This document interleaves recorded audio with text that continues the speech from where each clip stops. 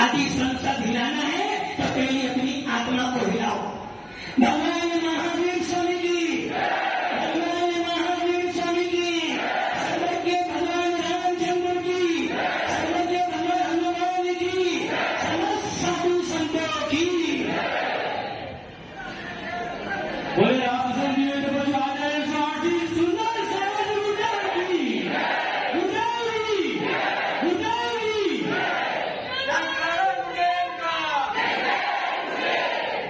सोच रहे होंगे कि दिगंबर का तो आक्रोश करना है।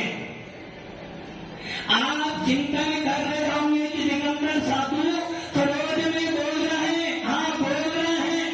जब अपने घर में आग लगती है तो आप भी क्रोध से बोलते हो। जब आपके सामने आपके भाई को मारा जाता है तो आपको भी आक्रोश आता है। और जब साधु संतों को मार किया जाएगा तो साधु संत भी आक्रोश में बोलेंगे। बहुत सहन कर लिया, बहुत सहन कर लिया। मंदिर तोड़े, गुरुद्वारे तोड़े, सबने सहन किया। और यहाँ तक कि हमारे मंदिर भी तोड़े गए, हमने क्यों नहीं करी?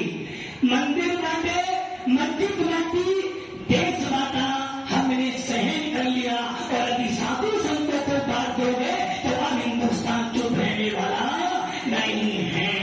भव्य आत्मा भगवान महावीर का शासन कहता है पेड़ पौधों की भी रक्षा करना। भगवान महावीर का शासन कहता है खेती की भी रक्षा करना और पंच इंद्रिय जीव को बचाना।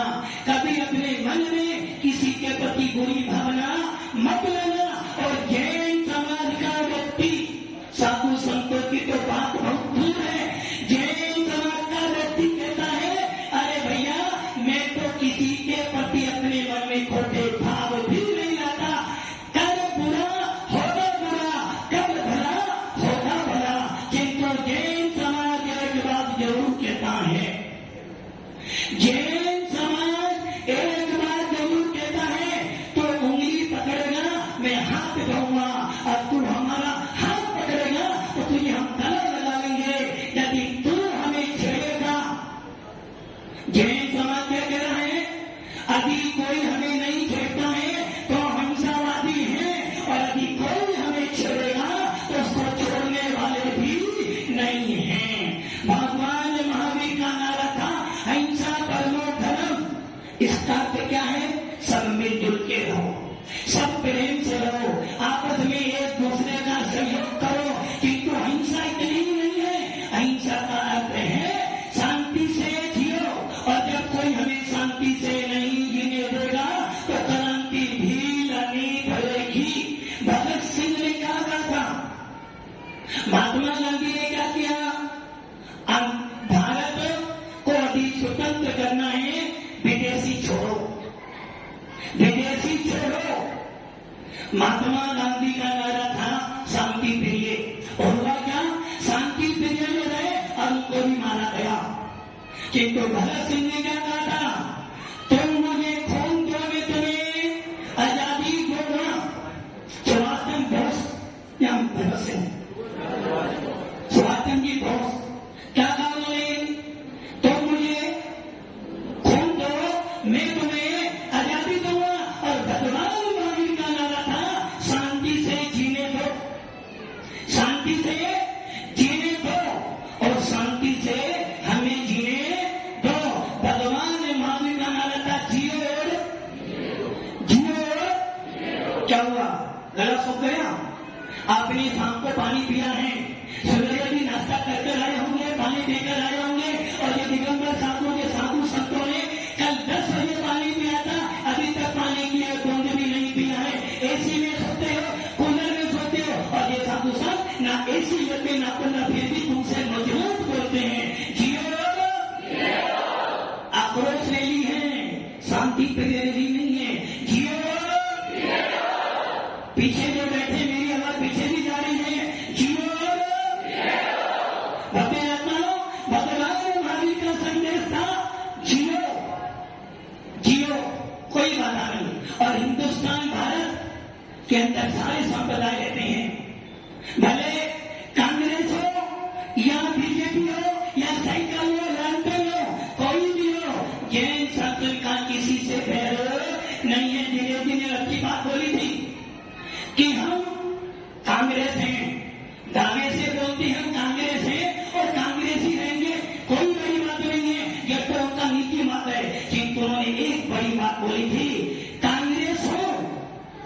उससे पहले एक चैन हो, और यदि चैन हो तो मेरे अंदर दिल है और उस दिल में साधु संत रहते हैं। यदि साधु संतों के ऊपर कोई अत्याचार करेगा तो जैन समुदाय नहीं, पूरा विश्व शांति से रहने वाला नहीं है।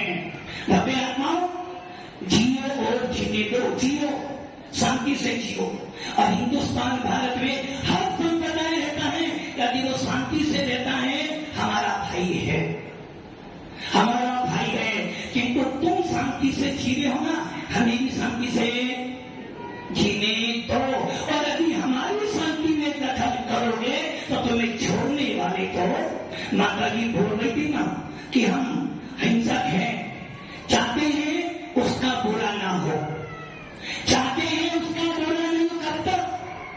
तब तक वो, जब तक वो हमारा बुरा नहीं चाहता। अरे कितना ही बुरा कर ले तो हमारा, किंतु फिर भी साधु संतों की संख्या कम होने वाली नहीं है। भव्य आत्माओं, एक जवान सीमा पर रहता है, एक जवान सीमा पर रहता है, और जब तक वो सीमा पे खड़ा है आपके घर में छोड़ा जल रहा है। एक जवान जब मरता है तो उसको तिरंगे में लाते हैं और राज्य सम्मान से उसका संस्कार करते हैं। एक जवान यदि युद्ध करके जीत कर आता है तो भारत सरकार उसको सबसे ऊंचा पद कौन सा भारत का पद्म वीर चक्र से सम्मानित करती है। एक नेता बनता है उसको सरकार व्यवस्था देती है। यदि एक नेता बन जाए, एमएलए बन जाए, सांसद बन जाए, सीएम बन जाए, पीएम बन जाए, पूरा का पूरा प्रोटोकॉल बन जाता है। यदि पीएम आता है तो 5 दिन पहले छावनी बन जाती है, सीएम आता है तो 2 दिन पहले छावनी बन जाती है, और एक सांसद आता है तो फिर उसकी गाड़ी आ जाती है, और राष्ट्रपति आता है तो पूरा केंद्र हिल जाता है। नेताओं को व्यवस्था दी जाती है। एक पैसे वाला आता है तो उसको भी सरकार व्यवस्था सुरक्षा देती है। जैसे आपके जियो कंपनी, अंबानी को सरकार व्यवस्था देती है। एक पशु को भी राष्ट्रीय पक्षी मानकर रखा गया, मोर को, पशुओं को भी राष्ट्रीय पशु माना है, सबको राष्ट्रीय माना है। क्या साधु संत राष्ट्रीय नहीं है क्या? लोग कहते हैं कि नेता आ रहा है, प्रोटोकॉल चाहिए, एक नेता आ रहा है, प्रशासन हिल जाता है, तो ये साधु संत के नेताओं की सुरक्षा करते हो, और साधु संत और जिनके चरणों में नेता भी झुकता है, ऐसे साधु संतों के कोई प्रोटोकॉल, कोई सुरक्षा नहीं। भव्य आत्मा, जैन समाज, बात जैन समाज किसलिए कर रहा हूं? क्योंकि मैं स्वयं जैन हूं। किंतु जैन समाज सारी कौमों को लेकर चलता है, क्योंकि हमारे यहाँ एक भावना भरी जाती है, बुद्ध वीर जिन्हें हरि हरि ब्रह्मा, या उसको स्वाधीन कहो, भक्ति भाव से प्रेरित हो गए। हमारा जैन शासन या भगवान महावीर या भगवान आदि एक ही बात नहीं करते। अरे जैन तो उसे कहते हैं जिसका खाना पीना शुद्ध होता है, जैन तो उसे कहते हैं जो कभी हिंसा नहीं करता है। जैन संप्रदाय का वो भगवान महावीर का अनुयायी है। भव्य आत्माओं, अभी बात चल रही थी और कुमार नंदी मुनिराज, अब मेरा सवाल आप सबसे है, क्या साधु संत एक समाज के होते हैं क्या? अच्छा ये बताओ, एक नेता आता है, किस समाज को करो नेता? दिनेश जी से कोई नेता ने कभी कोई दिख रहे हमें। दिनेश जी, एक नेता आया, किस समाज का नेता होता है वो? और उसकी सभा में सारे संप्रदाय, गोरा भी बैठेगा, मुसलमान भी बैठेगा, हिंदू भी बैठेगा, सिख भी बैठेगा, जैन भी बैठेगा। वो नेता किस लिए आया है? वो नेता किस लिए आया? अपनी पार्टी के लिए आया, अपने वोट के लिए आया। और ये साधु संत, जब साधु संत आता है तो अपनी ये साधु जैनों पे हैं, ये साधु, अरे भैया, जब एक नेता को पूरे देश मानता है तो साधु संतों नेता से बहुत ऊंचा होता है। साधु किसी समाज का नहीं होता है, साधु तो उस व्यक्ति का होता है जिसके मन में दिल होता है, जिस दिल में एक दीपक जलता हो, किसका? श्रद्धा का,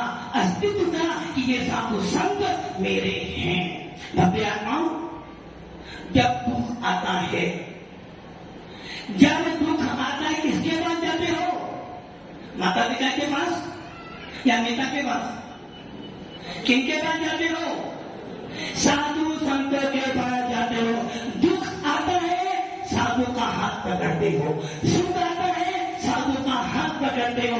जब दुख आता है जब भी साधु कहता है मैं तेरे साथ हूं। जब सुख आता है जब भी तुम्हें आनंद से आशीर्वाद देता है। भूखे होते हो जब भी तुम्हारा साथ देखा है, और पेट भरा होकर जब भी तुम्हारा साथ देता है। साधु संत दिगंबर साधु तो हर कौन को आशीर्वाद देता है, किंतु जब साधु संतों पे आपत्ति आती है तो आपका फर्ज क्या बनता है? यदि साधु संतों पे कोई उंगली उठाएगा तो हम चुप रहने वाले नहीं हैं।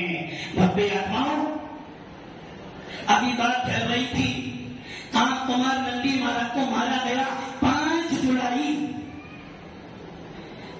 जुलाई को मारा गया। कैसे मारा आप सब जानते हो। एक कल्पना करना, आज जब रात में सो अपने बिस्तर पर 2 करंट के तार रख लेना, स्विच ऑन करना, आनंद आएगा ना? आनंद आएगा। कल्पना करना कि मेरे बिस्तर पे जब मैं सो रहा हूं दोनों तरफ करंट चालू है, आपके परिणाम कैसे होंगे?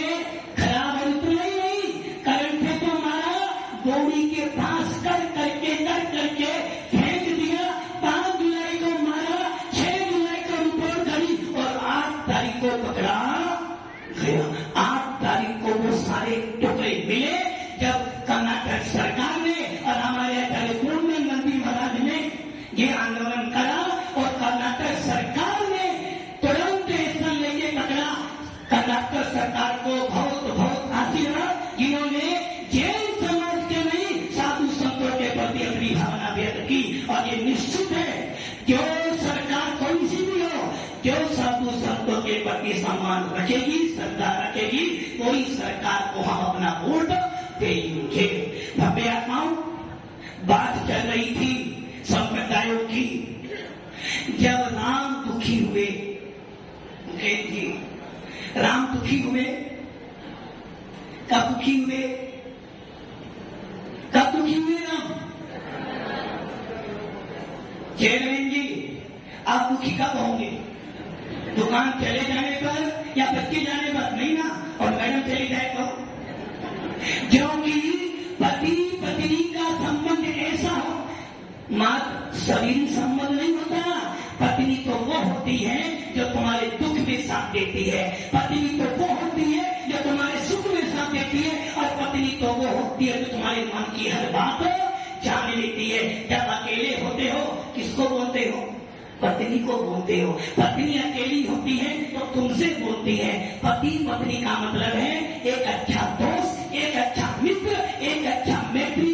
जब पत्नी खिलाती है तो माँ के समान होती है, जब पत्नी सलाह देती है तो मंत्री के समान होती है, और जब पत्नी प्रेम करती है तो बहन बेटी के समान होती है, और जब पत्नी अपनी पे आ जाए तो चंडी दुर्गा भी बन जाती है। भव्य आत्माओं, हर राम दुखी हुए किसके पीछे? किसके पीछे? एक नारी के पीछे। सीता को हरण करा, राम दुखी हो गए, और उस राम के दुख में साधु संतों ने भी आशीर्वाद दिया, देवताओं ने भी आशीर्वाद दिया, पशु पक्षियों ने भी आशीर्वाद दिया। क्यों? क्योंकि लड़ाई ये सीता की नहीं है। अगर लड़ाई सीता की होती तो छोड़ देते, लड़ाई तो नारी जाति की थी, इसलिए राम ने युद्ध किया। साधु किसी भी समाज का हो, यदि वो साधु सदाचारी है, देश के लिए काम करता है, अहिंसा का पुजारी है, तो पूरा विश्व उस साधु के लिए बोलता है। भव्य आत्माओं, अकबर का दरबार, अकबर और महाराणा प्रताप दोनों के दोनों कहाँ गए थे? मीरा के पास गए थे अकबर। मीरा के पास जब गया और मीरा का उपदेश सुना तो उसको लगा इससे बड़ा अल्लाह और कोई नहीं हो सकता। महाराणा प्रताप को मीरा के पास गया तो सारा धर्म भूलकर मीरा जैसा हो गया। अकबर के दरबार में 9 रत्न थे। इतिहास देख लेना। और उसमें एक रतन हमारा जैन पंडित बनारसी दास भी थे। अकबर के दरबार में भी साधु संतों का सम्मान होता था। और भव्य आत्मा राम तो स्वयं साधु संत जैसे थे, जब तो भगवान राम को हम सर्वज्ञ मानकर पूछते हैं। और भगवान महावीर के शासन में तो कोई भी हो, बुद्ध हो, वीर हो, अल्लाह हो, हनुमान, कोई भी हो, जिसके मन में विकार नहीं, जिसके तन में विकार नहीं, जिसके पास कुछ नहीं, वही तो हमारा भगवान होता है। भव्य आत्माओं, आक्रोश इसलिए है कि वो साधु हमारा था। अयोध्या पर बात आई, पूरे विश्व ने साथ दिया। संथारे पे बात आई, जैन समाज आया तो अन्य समाज भी आई। और देख लो, जब जब भी जैन समाज का कोई कार्यक्रम होता है, कोई तलवार, कोई बंदूकें नहीं आती, आता है तो जैन धर्म का तिरंगा आता है। और बड़ी शान के कहते हैं, भगवान महावीर का दिव्य संदेश जियो। भव्य आत्माओं, ऐसा है कि जैन शासन जो अपने विचारों में, अपने खाने में, अपने व्यवहार में भी हिंसा नहीं करता। और अभी ऐसे साधु संतों को भी मारा जाएगा तो समाज, जैन समाज नहीं, पूरा भारत चुप रहने वाला नहीं है। भव्य आत्माओं, अब आप सोच लो, एक साधु संत को मारने का मतलब क्या हो गया? कितनी क्रूरता! जो साधु संत हमेशा आशीर्वाद देता है तो उसको मार रहे हो। इसका मतलब है कि अब भारत में ये ध्यान रखना, कोई जाति, कोई संप्रदाय बुरा नहीं होता है। हर संप्रदाय में कुछ लोग होते हैं जो बुरा करते हैं, और ऐसा ही हुआ है। किसी भी संप्रदाय में बुराई नहीं होती है, हर व्यक्ति में अच्छाई होती है। दो चार लोग होते हैं जिनके कारण पूरी कौम को नीचा देखना पड़ता है। भव्य आत्माओं, उस काम को नंदी वाला को मात्र 2 व्यक्तियों ने, आप सब जानते हो, उन 2 व्यक्तियों से पूरी कौम गलत नहीं हो गई। क्योंकि व्यक्ति बुरा हो सकता है, व्यक्ति की बातें बुरी हो सकती है, समुदाय कभी गलत नहीं होता। मेरा आपसे कहना इतना है, जिस प्रकार की व्यवस्था नेताओं को मिलती है, जिस प्रकार की व्यवस्था पैसे वालों को मिलती है, वैसे ही व्यवस्था, सुरक्षा हर साधु संतों को मिलनी चाहिए। पशु पक्षियों को, मोर को मारने को सजा मिलती है, नेता को मार दो तो, दिनेश जी, अभी कोई नेताजी मर जाए तो पूरा का पूरा देश, उसकी पार्टी वाले क्या करते हैं? गवर्नमेंट संपत्ति को जला देते हैं, तिरंगा नीचे हो जाता है और मरने के बाद तिरंगे में जलाया भी जाता है। तो साधु संत किसके हैं? इनका कौन माता पिता है? ये साधु संत सब छोड़कर आए, इनका माता पिता कौन? ये पूरा जैन समाज नहीं, पूरा भारत, जिसके मन में साधु संतों के प्रति श्रद्धा है, वही तो उनका परिवार है। इसलिए भव्य आत्माओं, जिस प्रकार नेताओं की सुरक्षा की जाती है, साधु संतों की भी सुरक्षा के नियम बनने चाहिए। सरकार बनाए तो उनका काम है, किंतु समाज के लोगों का दायित्व बनता है मात्र साधु को लाकर रखना नहीं, साधु की सुरक्षा का सबसे पहला दायित्व जैन समाज का बनता है। साधु बिहार करते हैं, साथ में लोग नहीं होते हैं, साधु लोग बिहार करते हैं, आपको चिंता नहीं होती है, इसलिए सबसे पहला दायित्व आपका है। यदि साधु संत आए तो हमें अपना काम छोड़कर पहले साधु संतों का बिहार करवाना चाहिए। भव्य आत्माओं, अच्छा लगता है जब समुदाय मिलता है। उंगली 5 है, पवन जी, उंगली 5 है। यदि एक उंगली अलग कर दे तो क्या हो जाएगा? और 5 उंगली जोड़ ले तो क्या बन जाएगा? मुट्ठी। मुट्ठी मतलब एकता। और अभी 5 उंगली अलग अलग कर दो तो बस जरूरत है एकता की। और ये ना समझना कि हमने रैली कर ली, ज्ञापन पे साइन कर दी, हमारा काम इतना ही काम है हमारा। जब तक राजस्थान में जो दिनेश जी को छोड़ दिया है वो संभाल लेंगे, किंतु ये ध्यान रखना, दिनेश भी जब भी काम करेंगे जब तुम्हारा सहयोग उनके पीछे। और मैं तो ये कहूँगा हर राज्य में, हर बड़े नगर में एक जैन नेता होना चाहिए ताकि सरकार में हमारी चले। मोदी जी बैठे हैं तो उनके साथ भी एक जैन है, और सीएम राजस्थान के हैं तो उनके पीछे भी एक जैन दो। और एक ध्यान रखना, जिसने जैन को रख लिया है उसका तो भगवान भी बाल बाका नहीं कर सकता है। इसलिए जितने तुम्हारे अपने बेटों को आप अच्छी से अच्छी पढ़ाई कराओ, किसी को आईएएस बनाओ, किसी को जज बनाओ, और किसी को राजनीति में लाओ, और किसी को साधु संत में। एक योगी ने थोड़ा यूपी ना दिया, अभी राजस्थान में भी एक योगी और आ जाए तो पूरा राजस्थान हिल जाएगा। सरकार कोई भी हो, जैन समाज सबसे ज्यादा टैक्स देता है, सबसे ज्यादा धन देता है, सबसे ज्यादा काम करता है। सरकार वो चाहिए जो हमारे साधु संतों की रक्षा करे, साधु संतों के प्रति श्रद्धा रखे और हमारी चल अचल संपत्ति की सुरक्षा करे। इसलिए आक्रोश है, मन दुखी है, दिल में पीड़ा है। जिस प्रकार एक माँ का बच्चा मर जाता है तो माँ के दिल पर क्या बीतती है उस माँ से पूछना।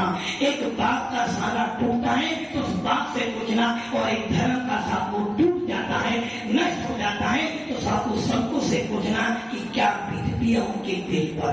तो इसलिए आक्रोश है, दुखी मन है, किंतु फिर भी पहली बात करेंगे हिंसा से, पहली बात करेंगे कलम से, और जब कलम काम नहीं करेगी तो दूसरा रास्ता भी हमारे पास में आता है। अभी साधु संतों ने चुटकी रखी है, यदि साधु संतों की आवाज पे नहीं मानेगी तो बाद में अनशन भी किया जाएगा। और ये अनशन ऐसा नहीं होगा जैसे नेता करते हैं, जूस पीते रहो और अनशन। साधु का तो उपवास अभी होगा तो निर्जल होता है। और अभी एक साधु ने, अभी हिंदुस्तान के सारे साधु ने अनशन कर लिया तो देश नहीं पूरा विश्व हिल जाएगा। इसलिए बाबे आत्माओं, हिंसा के पुजारी हैं, हिंसा से काम पहले करेंगे, और जब हिंसा से नहीं मानोगे तो क्रांति करने के लिए भी हम तैयार हैं। इसलिए बाबे आत्माओं, आप सब आए, आपको देखकर लगता है कहीं ना कहीं आज भी कुछ तो साधु संतों के लिए व्यक्ति बैठा हुआ है। कहीं ना कहीं तो कहीं राम, कहीं महावीर, कहीं मोहम्मद साहब दिखाई देते हैं। कहीं ना कहीं तो साधु संतों के प्रति आस्था है, और जिनके पास आस्था है उन्हीं को साधु संत अपना मानते हैं। तुम्हारा साथ हम देते हैं तो हमारा साथ तुम दो, जब भी हमारा सरकार सुनेगी नहीं तो सरकार सुनने वाली नहीं। इसलिए भव्य आत्माओं, ज्ञापन देने जा रहे हैं, ज्ञापन दें, और ज्ञापन के बाद अभी बात नहीं बनेगी तो हम राजस्थान को भी हिलाकर रखने की सामर्थ्य रखते हैं। ओम नमः सिद्धेश्वर।